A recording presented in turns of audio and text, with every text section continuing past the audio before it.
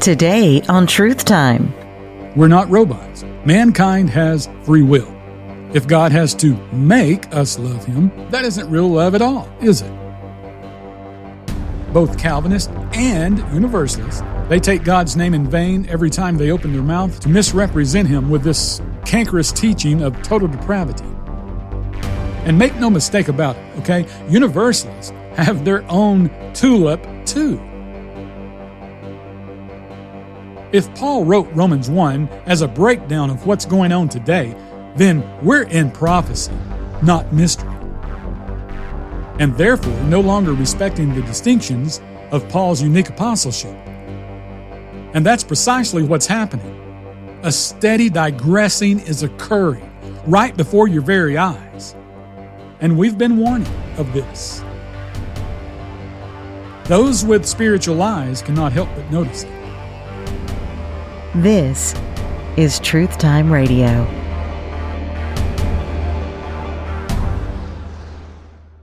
Okay, today begins the fifth installment of our verse-by-verse study of the book of Romans. We made it to the end of chapter 1 last time, so today we'll enter chapter 2. But before doing so, let's pick back up here at the end of chapter 1, and let's explain further why Paul's history lesson in Romans 1 is all about Israel.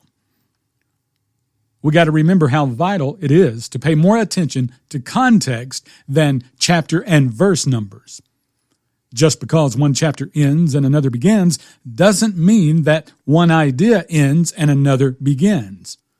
More often than not, it takes multiple verses to form one complete sentence. Those who were here for part 1 will remember how we saw that very thing with the first sentence of chapter 1, Romans 1:1. It took 7 verses to form one single sentence. The numbering system in our King James Bible is not inspired, but its usefulness is evident, making it easier to locate passages. Just think how long it would take for us to find Psalm 71:19 without chapter and verse numbers, making it more difficult to navigate through Scripture. With that in mind, think about our apostle. He didn't have chapter and verse numbers. Chapters with individual books have only been around for about 800 years, and verse numbers came along even later. The 1560 Geneva Bible was the first English translation to use both chapter and verse numbers. When Paul writes to Timothy, and he says, "From a child thou hast known the Holy Scriptures," he's talking about Timothy knowing God's Word since he was a child, without numbered chapters and verses. The Hebrew text only had unnumbered sections or paragraphs. That was it. And when those of Berea were behaving more nobly, in that they searched the Scriptures to see if what Paul said was true, they didn't have chapters and verse numbers to refer to either. Think of how hard that would have been to test Paul. We've got it easy. We say turn to 2 Corinthians chapter 5:19, and everyone is promptly on the same page, looking at the same passage without the need of memorizing or studying anything. So be thankful for the number system in our Bible because it helps us to find passages quickly. But we can't rely on it for context. As we move from the end of Romans 1 into Romans chapter 2, you'll see why you cannot just assume context ends at the end of each chapter. That's not what the chapter numbers are for. And by the way, don't rely on those page headings that suggest the context either. Watch out for the cross-references also. All of these things have been inserted and are not part of the preserved, inspired text. Last time we were with you, we ended by going over what a reprobate is and what it isn't. It's not what most teach, and we proved it with God's holy, inspired word that's been preserved right here in this King James Bible. Let's tie up any loose ends on that topic before moving into chapter 2. Romans 1:28. And even as they did not like to retain God in their knowledge, God gave them over to a reprobate mind, to do those things which are not convenient. So God gave them over doesn't mean that He zapped them and turned them into reprobates. The phrase God gave them over simply means that God allowed them to do what they wanted to do without forcing them to love, obey, and honor Him. It's a matter of free will, and this verse demonstrates just that. We're not robots. Mankind has free will. If God has to make us love him, that isn't real love at all, is it? Calvinists and Universalists misuse this verse to make assumptions based on their false premise. Both groups also use Romans chapter 1 to prove their theory of total depravity, the T in TULIP. They use verses 18 through 32 in an attempt to prove that mankind is so depraved that we're unable to make a free will choice to believe God.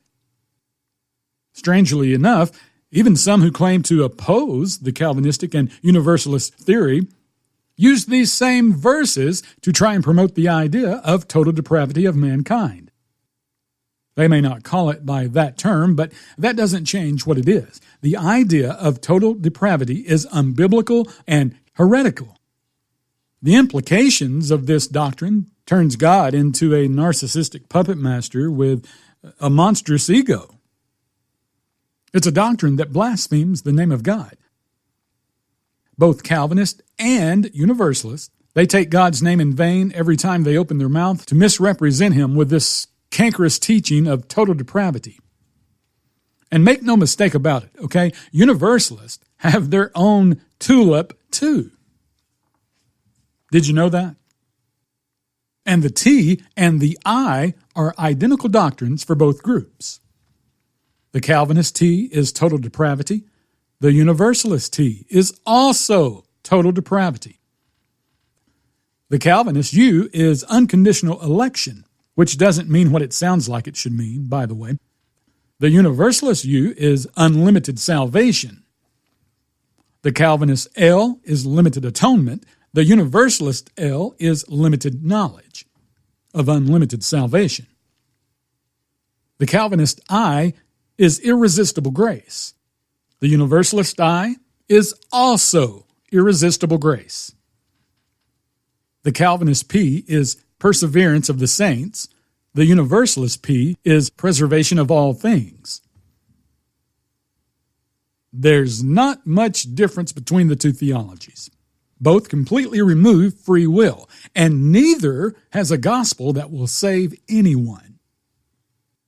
Both make false assumptions and then build straw man doctrines around those assumptions.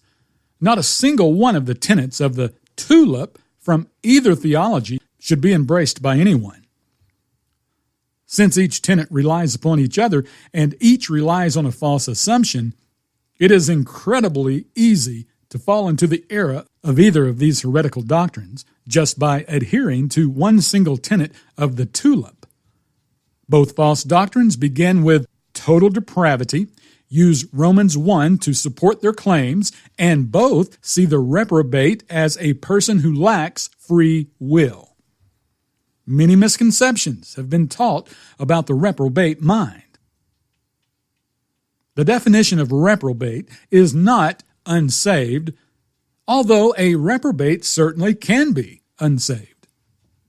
Reprobates do not lose their free will to change their minds, and God doesn't get fed up with people, zap them, and turn them into a reprobate that is without hope. All lies. Anyone believing that doesn't understand grace. Verse 28 is simply telling us that when Israel turned their back on God multiple times by not retaining him in their knowledge, he allowed them to do so. There were, of course, consequences, but he didn't stop them from doing exactly what they wanted to do. If this is not a right-in-your-face example of God allowing mankind to exercise his free will, I don't know what is. Notice also that the reprobate mind does those things which are not convenient. Now, this is further proof that Paul is talking about God's chosen people not behaving in a way that is fitting as children of God. And they did so without even batting an eye, without having any second thoughts, believing they were right when they were obviously wrong, justifying their evil deeds in their own eyes, calling evil good and good evil. The children of God behaved in a manner that is so far off the mark of representing a holy God that they caused the name of God to be blasphemed among the Gentiles, the people that they were supposed to be winning over. Think about it. They did not like to retain God in their knowledge. Well, you have to first know God to be able to retain Him. So how would Gentile nations, who did not even know God, retain Him in their knowledge? You see, those teaching this are teaching nonsense. Gentile nations never knew God because Israel never made it that far. The Gentile nations were supposed to be drawn to God through Israel's rising, but instead Israel was rebellious, disobedient, unthankful, unfaithful, blasphemous, wicked, and just downright too evil to draw anyone. God repeatedly proved Himself to the children of Israel when He led them out of Egypt. He went out of His way. Exodus 6:7, "And I will take you to me for a people, and I will be to you a God. And ye shall know that I am the Lord your God, which bringeth you out from under the burdens of the Egyptians." That's Exodus 6:7. Look at chapter 16 and verse 12. "I have heard the murmurings of the children of Israel. Speak unto them, saying, At even ye shall eat flesh, and in the morning ye shall be filled with bread, and ye shall know that I am the Lord your God." You see, folks, it was Israel who knew God, not Gentile nations. It was Israel who was given over to a reprobate mind to do the things that were not befitting of them as representatives of their holy God, not Gentiles. The list of transgressions and wickedness in Romans 1 are things that were not convenient, unfitting for the children of God to be doing. However, you cannot say that about heathen Gentile nations who did not know God, were without God in the world, and had no hope. You can't say that because they don't fit the context here. As a matter of fact, you'd fully expect pagan Gentile nations to behave in the ways that Paul lists here, because it is fitting for a lost heathen to behave like a lost heathen. Unlike popular teaching, we're going to keep this thing in context. And the context so far is telling us that Paul's history lesson is talking about Israel's rebellion against God. He's not talking about Gentiles behaving like Gentiles. Paul's talking about Israel behaving like Gentiles. You need to get this. This will help you better navigate your way through the book of Romans. Chapter 1 is not talking about the state of the world today. That isn't why this chapter was written. This wasn't written to help us match up some sort of timeline to predict the rapture or the last days of grace. We aren't supposed to use these things we see listed here to describe the world before Israel either. Just because you see a verse that makes you think of current events or something that happened pre-Moses doesn't mean that's what it is. Ecclesiastes plainly tells us that there's nothing new under the sun. So if you see someone behaving in a manner that Paul describes in chapter 1 of Romans, it does not mean Paul is talking about the person you see behaving that way. It just means that there's nothing new under the sun. Just believe the Bible. And if you do believe that, then you shouldn't be shocked by anyone's behavior. It's all been done before. Society is not experiencing anything new. So let's stop acting like a wicked and adulterous generation by looking for signs. Signs that were present in prophecy, but not mystery. How quickly some forget. Over the years, we've noticed how very few grace teachers encourage the reading of the Old Testament. Huge mistake. Doing so brings a greater understanding to Paul's writings. Avoiding the Old Testament, that's played a big part in why many have trouble understanding how forgiveness occurred at the cross. Yeah. As we brought out and demonstrated in our Understanding Terminology series, God laid out an order of things in the Old Testament that carried over into the New Testament. The order never changed. More people would understand reconciliation if they first understood God's divine order. But you might have to do a little work on your own. Study to show thyself approved unto God. Knowledge is power, And in Romans chapter 15, Paul wrote, "Whatsoever things were written aforetime were written for our learning, that we through patience and comfort of the Scriptures might have hope." Might have hope. Let me share an example of how these aforetime writings can help us with understanding Paul.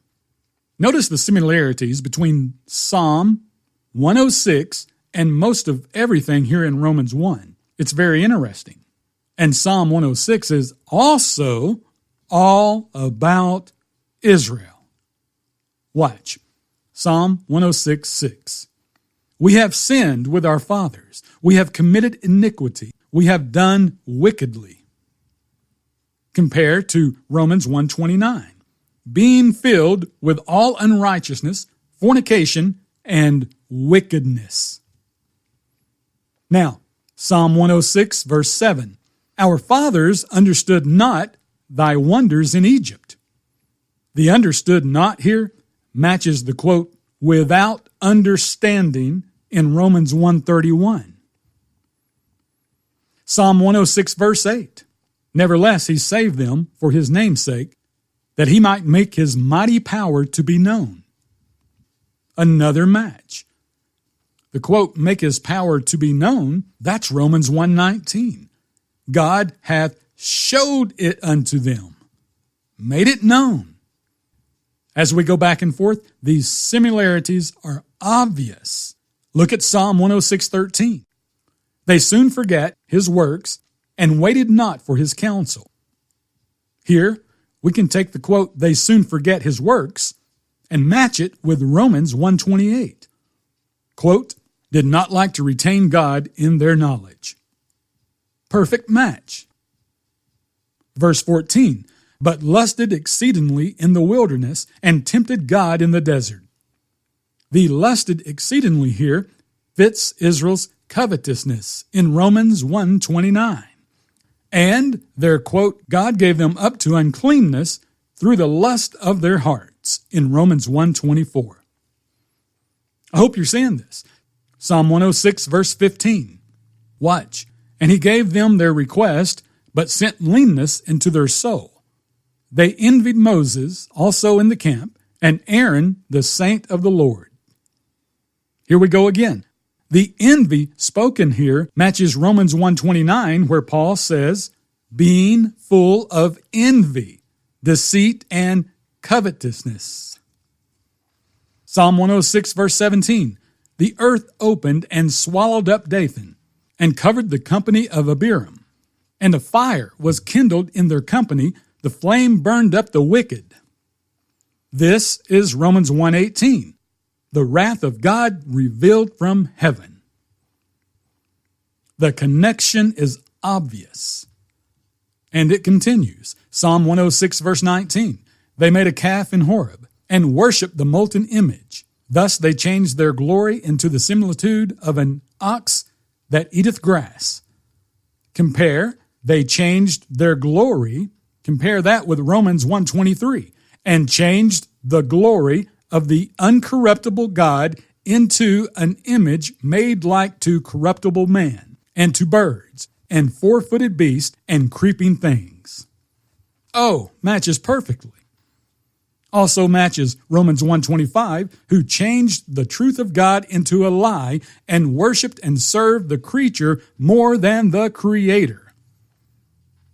Hey, you can't change the truth of God unless you were first given it. The oracles of God were committed to the Jew, Romans 3:2. It was they who held the truth, Romans 1:18.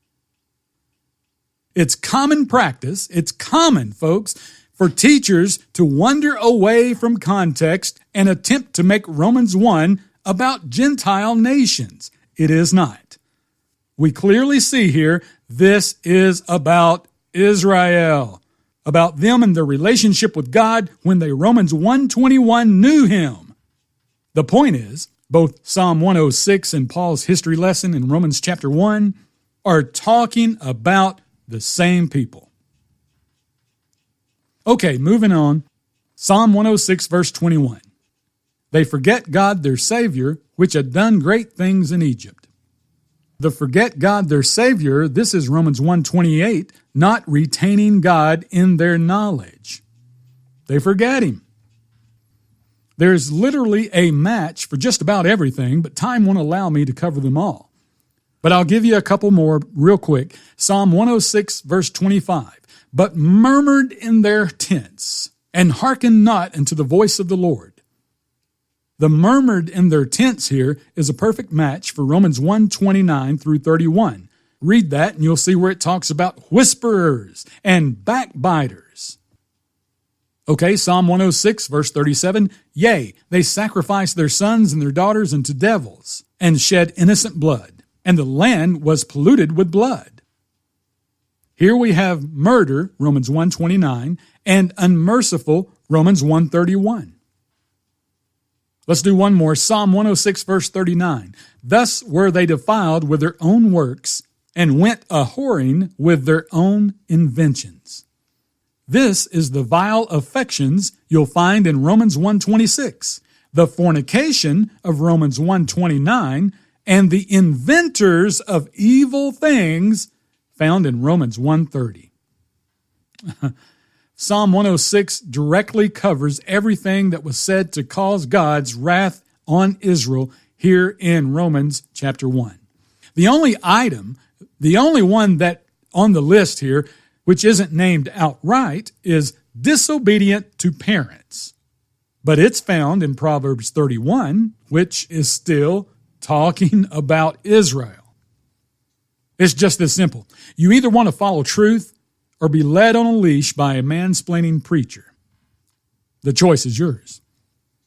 Take some time and research the list of events in Psalm 106. Read about Israel's multiple transgressions. Everything there is documented fully and referenced repeatedly throughout the Old Testament. There should be no doubt in your mind that the transgressions and wrath in Romans 1 are all about time past Israel and not time past or present day Gentiles. Okay, Romans 1, let's look here at verse 32. Who knowing the judgment of God, that they which commit such things are worthy of death, not only do the same, but have pleasure in them that do them. Now, while most take this and they twist it out of its context because of their great love to go around and judge people, but this has nothing to do with how God is operating today under the dispensation of grace. No one today is experiencing the judgment of God. This doesn't apply to the current administration. But some are allergic to context. This is about time past Israel, who knew the judgment of God and knew that they which commit the things listed here in Romans 1 would be worthy of death. Israel was given the oracles of God. No other nation was. When the verse says, quote, not only do the same, but have pleasure in them that do them, it's obviously describing a reprobate mind, one that knows the judgment of God, but could care less. They know His judgment, but still do the things that bring about His wrath, and have pleasure in others doing the very same thing. Reprobates are always happy about the existence of other reprobates. The only reason that anyone who knew God's judgment would take pleasure in others doing things to bring about His wrath is so they can try and justify their own unrighteousness. After all, when you're judging the sins of others, you're not paying much attention to your own. If I'm taking someone else's inventory, I don't have much time to recognize my own faults and failures. And as long as I ignore my own faults and failures, I can feel superior to those that I judge. That's how it works. Notice how Paul continues this thought into chapter 2. Watch the transition. Romans 1:32, who knowing the judgment of God, that they which commit such things are worthy of death, not only do the same, but have pleasure in them that do them. Chapter 2, verse 1. Here we go. Therefore, thou art inexcusable, O man, whosoever thou art that judgest. For wherein thou judgest another, thou condemnest thyself. For thou that judgest does the same things. Verse 2. But we are sure that the judgment of God according to the truth against them which commit such things. What things? What things is Paul referring to? all the things in chapter 1 that caused God's wrath to be revealed from heaven against all ungodliness, all unrighteousness of men who hold the truth in unrighteousness. Paul's talking to the Jew that judges Gentiles for doing the things that Israel is historically responsible for doing. The Gentile nations were not without excuse in time past. God used to wink at their ignorance, but Israel was. They indeed were without excuse because they were given the oracles of God. Israel was held to a higher standard than Gentile nations and were chosen to be the light to bring all the heathen nations to God. But instead of that, instead of being that light, they glorified him not as God. They were unthankful and became vain in their imaginations. As a result, their foolish hearts were darkened. You can't be a light with a darkened heart. Over and over again, God had mercy on them, and over, they betrayed him.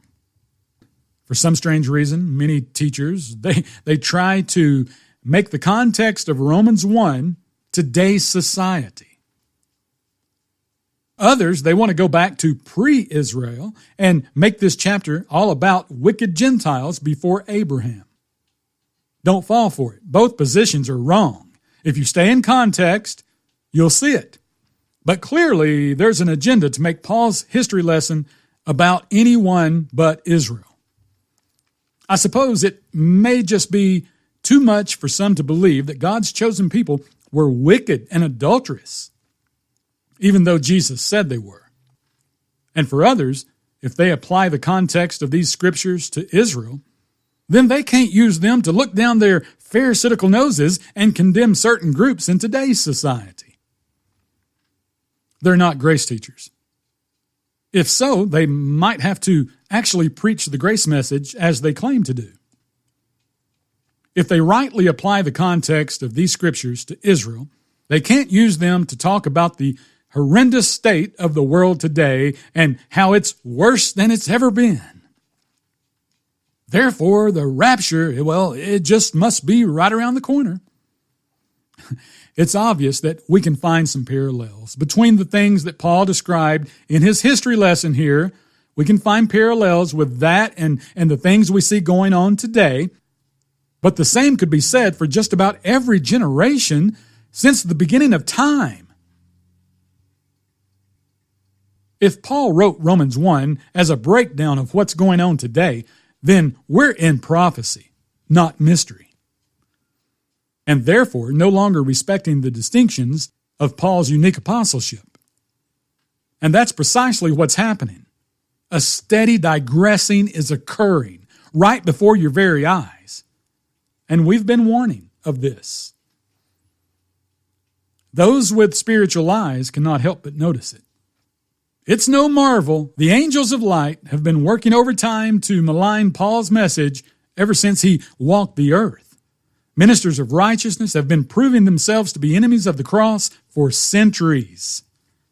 So we expect no less from traditional denominations for mainstream Christianity to thwart Paul's apostleship. But when self-proclaimed right dividers do it, that's a problem. That's a whole nother issue. If we're looking for a sign that the end of the dispensation of grace is near, and I'm not, but if I were, I'd look no further than the fact that Paul's office is slowly and subtly being minimized and chipped away by the very ones who claim him as their apostle, who claim to follow him exclusively.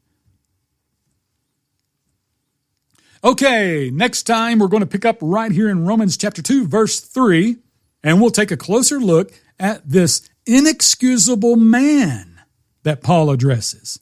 Who is he? Why does Paul speak to him the way he does?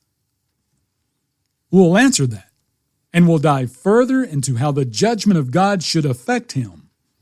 And by the time we get to the end of the chapter, the end of chapter 2, it's going to become much more clear what the practical application of these two chapters are for us, even though Paul is talking to and about religious Jews and children of Israel. When a man who is honestly mistaken hears the truth, he will either quit being mistaken or cease to be honest. Grace and peace.